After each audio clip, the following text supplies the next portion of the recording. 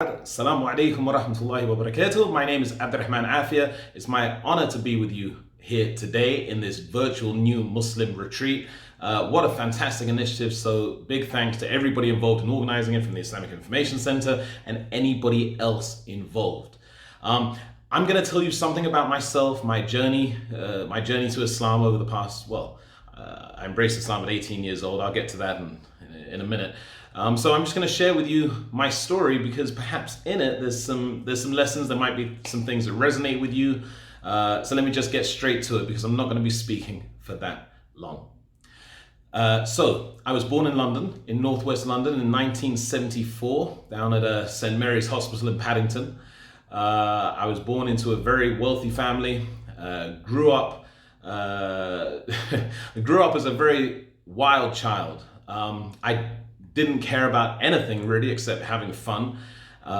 We later found out that I had ADD, undiagnosed ADD, which I still have today. One of the reasons I'm standing up and not making this video sitting down is that I don't like to be too restricted. So, growing up in northwest London, 6 years old, 7 years old, I started to become really disruptive at school. I started to get into fights with people. I'd make problems in the class. I was very challenged academically. It's not that I wasn't intelligent, but I couldn't focus on my work. We now know it's because of ADD, and I didn't get the help.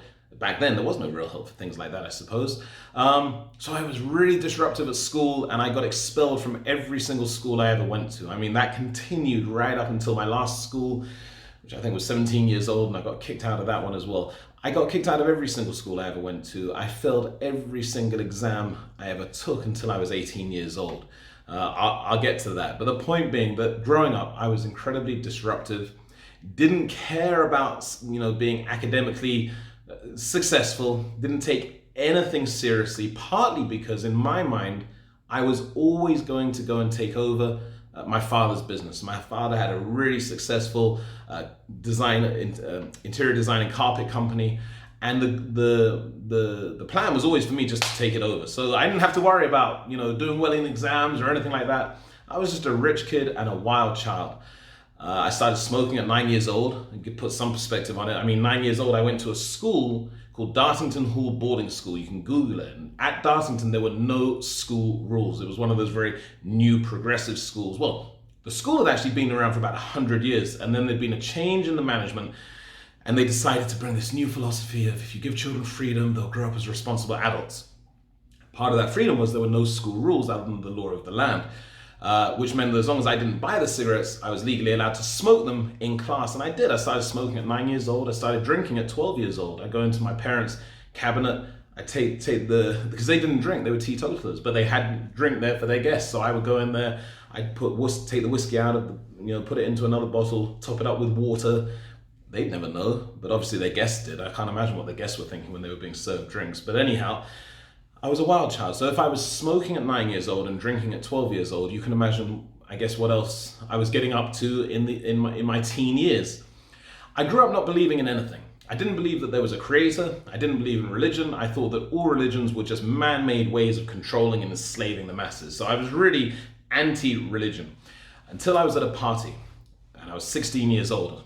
And I'd been drinking, my friend had been drinking, his name was Simon.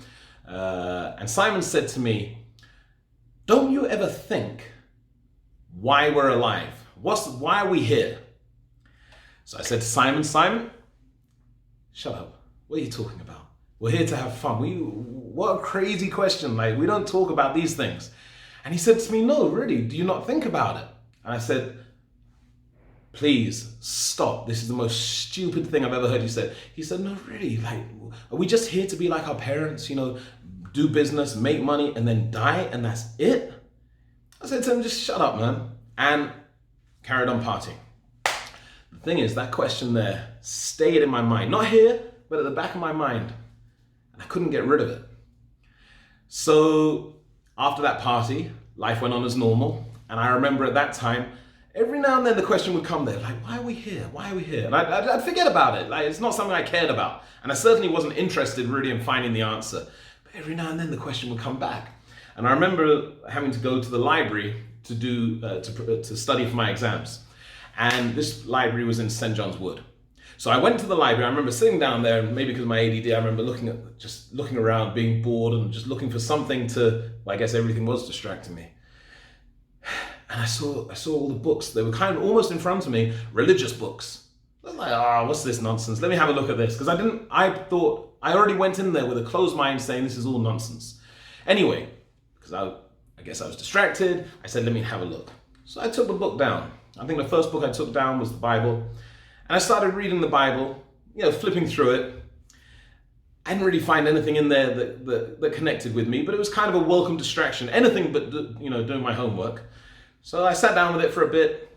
The next day when I went back, have another look at it, I didn't really find anything. And then over a course of a few months, I suppose I'd kind of done the same thing with all of the books on the shelf.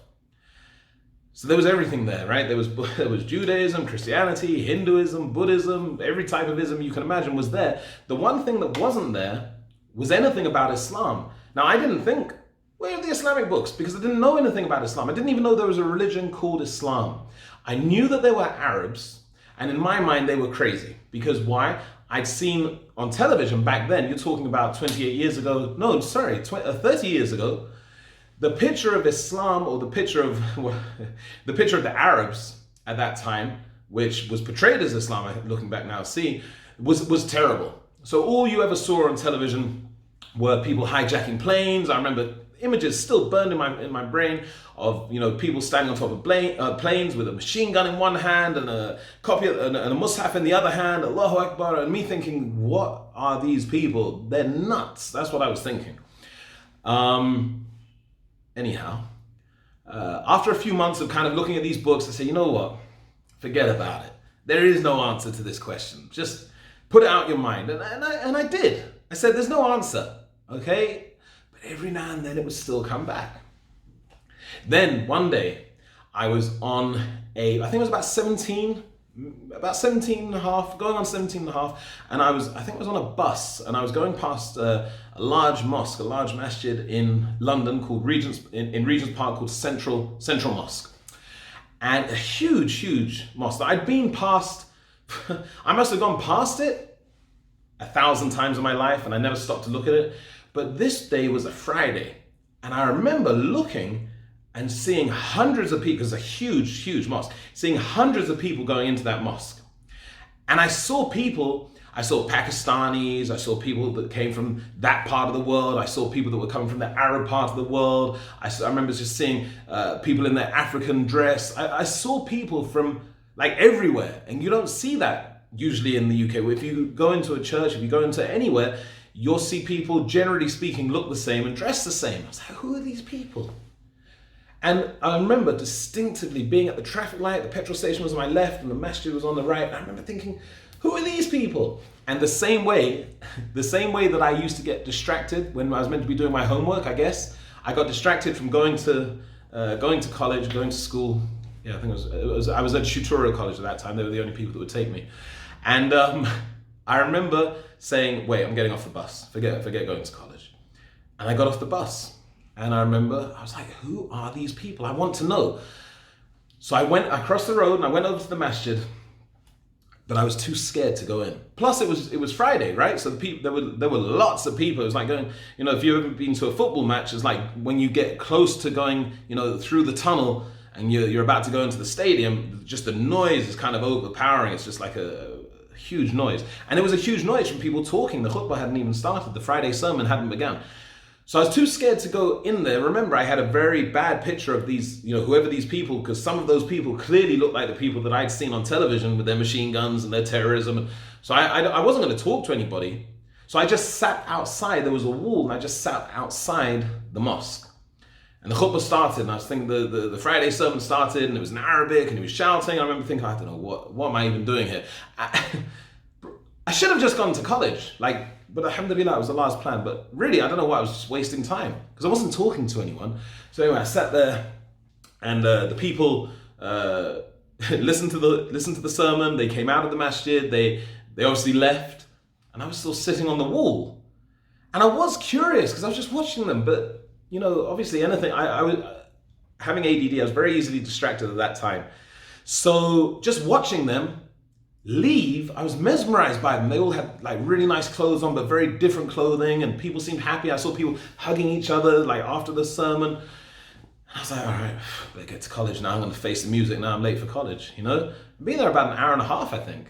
Anyway, just when I was getting ready to leave, a person came up to me from Sudan. I now know, you know, he was from Sudan. He came up to me and he said, "Are you a Muslim?" I said, no, I'm not a Muslim. He said, "Okay, wait there." I was like, okay. I was a little bit nervous, to be honest with you, but I waited. And he went away and came back with 2 books.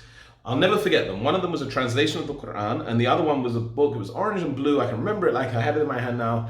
And it was called What Everyone Should Know About Islam and the Muslims by a lady called Suzanne Hanif. I've never heard of her since that day, but I just remember distinctively that book. He said to me, "Take these books, read these books, and if there's anything that you have any questions about, come back to us and we'll help you." I said to him, "Thank you, man. That's really nice." I remember being struck by how nice this person was being to me.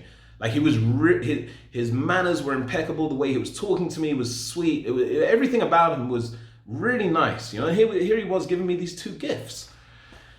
I said, "Thank you." He said, "Keep this translation of the Quran, keep it clean. It has the Quran in Arabic and English, the translation in English. So, you know, keep it clean and respect it and, you know, read it, you know." I said, "Okay, I will. Thank you so much." I went back home and I was quite, you know, thrilled by having these books. So, got home, started reading the book. When I opened the translation of the Quran, I found it very difficult to understand. It was written in very old Shakespearean English, and being somebody who just didn't go to school, just, you know, even, I mean, some of my exam results, I just got U, which means I didn't even attend. That's how I just hated studying. I found it very difficult. I certainly didn't do English literature, and hated Shakespeare. And this was written in that type of style. So I was like, I tried to read it, put it away, took it down a couple of months later, tried to, so forget it. So I was right back to there are no answers. Until one day, and I'm gonna round off pretty soon now. One day I was on a bus and I heard 2 ladies talking about Hyde Park. Hyde Park's a beautiful park in the city of London, and they were talking about this place called Speaker's Corner, and they were saying, "Oh, it's crazy. You go there and you hear Buddhists talking, Jews talking, Christians talking, Muslims. Everyone just talks and says whatever they want about their religion. It's crazy." And I heard them and I thought, wow, maybe I'll get the answers that I'm looking for there. Because that question was still here. It hadn't completely gone. I mean, don't get me wrong. I was in nightclubs, I was partying, I was being a lunatic. But that question was still there. And I was just coming up to, I think I was around 18 at that point. I was almost 18. Yeah, I was about 17 3/4. So I said, I'm going to go to Hyde Park. Let me go and see. So I went to Hyde Park one Sunday. I went to Speaker's Corner and I went in, and the sound, again, that same sound that I'd experienced at the mosque, just overwhelming sound of people talking and loud shouting. I went over and and I listened to everybody. So I listened to the Christian, I listened to the Jewish guy, I listened to the Hindu guy, I listened to the Buddhist guy. And quite honestly, everybody that I heard, nothing resonated with me. Everything was just, there didn't seem in what they were saying any real connection with the real world that I was living in. It was all, it just went over my head. Until I came to the Muslim. There was a Muslim, he was originally from Trinidad, and he was talking there. And I remember, the reason I say he was from Trinidad, I remember I heard his accent, I was listening to him, I heard his accent, so that's a nice accent. And then I saw that he was talking about Islam. When I went over and I listened to him, straight away what he was saying hit me. What he was saying about the creation, about reflecting on creation, what he was saying about racism, what he was saying about human rights, what he was saying about science, everything that he was saying, I was looking at him saying, yeah, that makes sense. That makes sense. He was speaking in a really nice, very, very, really, he had a really good way of speaking as well. And what he was saying made sense. He wasn't trying to, I think with the other people, there was a lot of fire and brimstone, like, woe unto you. And it wasn't like that. He was just saying, this is Islam. And he was talking about Islam. It was the first time I really heard the mention of the word Quran since somebody had given me the translation outside the mosque that day. Everything he was saying connected with me, had an impact on me. And I stood there listening to him all day. He would get down off his ladder. I saw him go and pray. He'd come back. I was like, this guy's pretty... This is the first time actually that I'm really enjoying listening to this. And that's strange for me. Remember, I believe in God. I believe in religion. They're all man-made. So I was still very skeptical. Anyway, cut a long story short, because I don't want to keep you. All week I went away and I was thinking about what this guy had been saying. So I'm going to go back again. I listened to him again. Same thing. Hit me hard. I was like, he was talking about scientific miracles, and he was talking about the purpose of creation, and explain that, do you think you're just going to be created and messengers aren't going to be sent to show you how to live? And everything he was saying was having an impact. And so again, I go back the next week, and then the next week, and then I started recording him. I had a Walkman, which is very old, shows how old I am, right?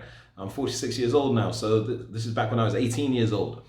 So I had a Walkman that I would record everything on, and I'd listen to him during the week. About 6 months passed of listening to this person speaking every Sunday, reflecting on what he'd been saying during the week. But do you know, I had never spoken to him, not once, and I still knew virtually nothing really about the tenets of our faith or anything else. And I was still scared to speak to him. I didn't know what his reaction would be to me. I remember one Sunday, I started to get dizzy because I was annoying myself. I was like, come on, man, you got to speak to him. Just speak to him. Just tell him this. And I rehearsed my words. Tell him that you think you want to be a Muslim, but you need information.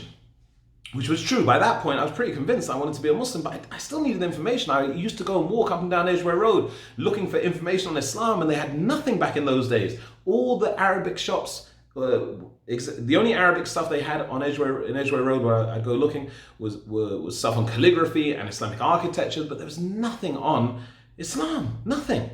So I remember I got kind of dizzy. I was like, right, you're going to do it. I walked up to him after he finished speaking. I said, listen, I said, hi. I said, you might not have time for somebody like me. He said, no, of course. Well, what is it? I said, look, I think I want to be a Muslim, but I need information about Islam.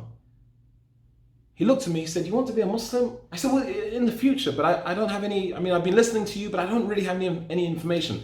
He said, no problem. How about we sit down now? Would you like some information now? I can help you. I said, that'd be amazing. We sat down for about an hour and a half, 2 hours. He answered all of my questions. It was a really nice talk. And I was like, this is great. This is exactly what I've been looking for. I'll come back next week and get more.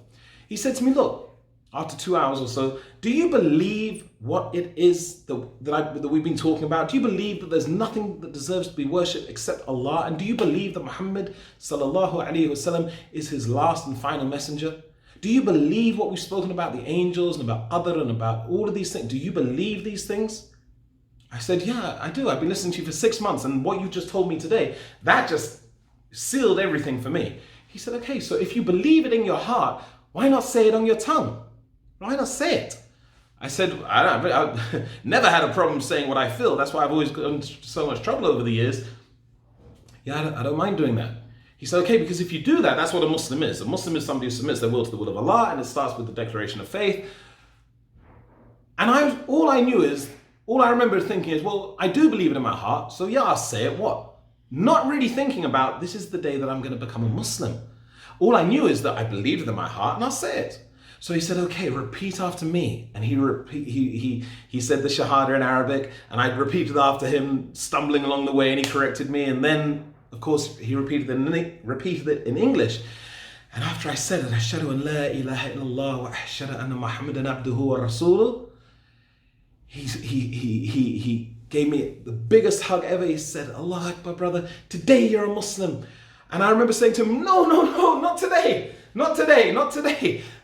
I don't want to do it today. I'll do it in the future, inshallah. Today, I remember saying, today I'll just be a mini Muslim. And he was hugging me. He said, no, brother, this is it. You're a Muslim. If you believe it in your heart and you say it with your tongue, you're a Muslim. All your sins are forgiven. And as he was hugging me, for the first time, I saw around me how many people had been standing watching. I didn't even know there were 40, 50 people watching us in the park because they knew what was happening. I had no idea. And then one by one, everyone came up and they were hugging me and they were saying, Allah Akbar, brother, you're a Muslim. I'll never forget one brother reached into my pocket. I had my cigarettes. He was like, you won't be needing these anymore. He tried to rip them. And I remember thinking, I said to him, like, no, whoa. I need those. I said to the brother, there are so many things that I'm still doing until today that I know a Muslim shouldn't be doing. I don't think I'm ready to be a Muslim. He said, you're ready because there's no day to be ready except the day when you believe it in your heart and you say it with your tongue. Shwaya, he told me, step by step, you'll get better. You'll start to work on yourself. The first thing is just to enter Islam. Then worry about everything else. They said to me, we're going to the mosque to pray Maghrib. It was the evening prayer. Do you want to come? I said, no, it's been too much for one day. I'm cool, I'm staying here. I remember watching them all go off. I sat down in the park. I was overwhelmed. I knew that many challenges lay ahead for me. But wallahi, I remember saying to myself, Joel, that was my name before, Joel, this is the best thing you've ever done in your life. And I remember saying that. This is the best thing you've ever done in your life. I'm gonna end it there, but I'm gonna now share another video with you, a short video on some of the challenges that I faced after that day and the lessons that you can learn from overcoming some of those adversities, being able to adapt and overcome, when you go through life's tests. I hope you found this beneficial. If there's anything good that I said, it was from Allah, and if there's any mistakes that I made, then it was from me, from the shaitan. So I hope it brought value to you, and remember me in your du'as. Jazakumullah khairan.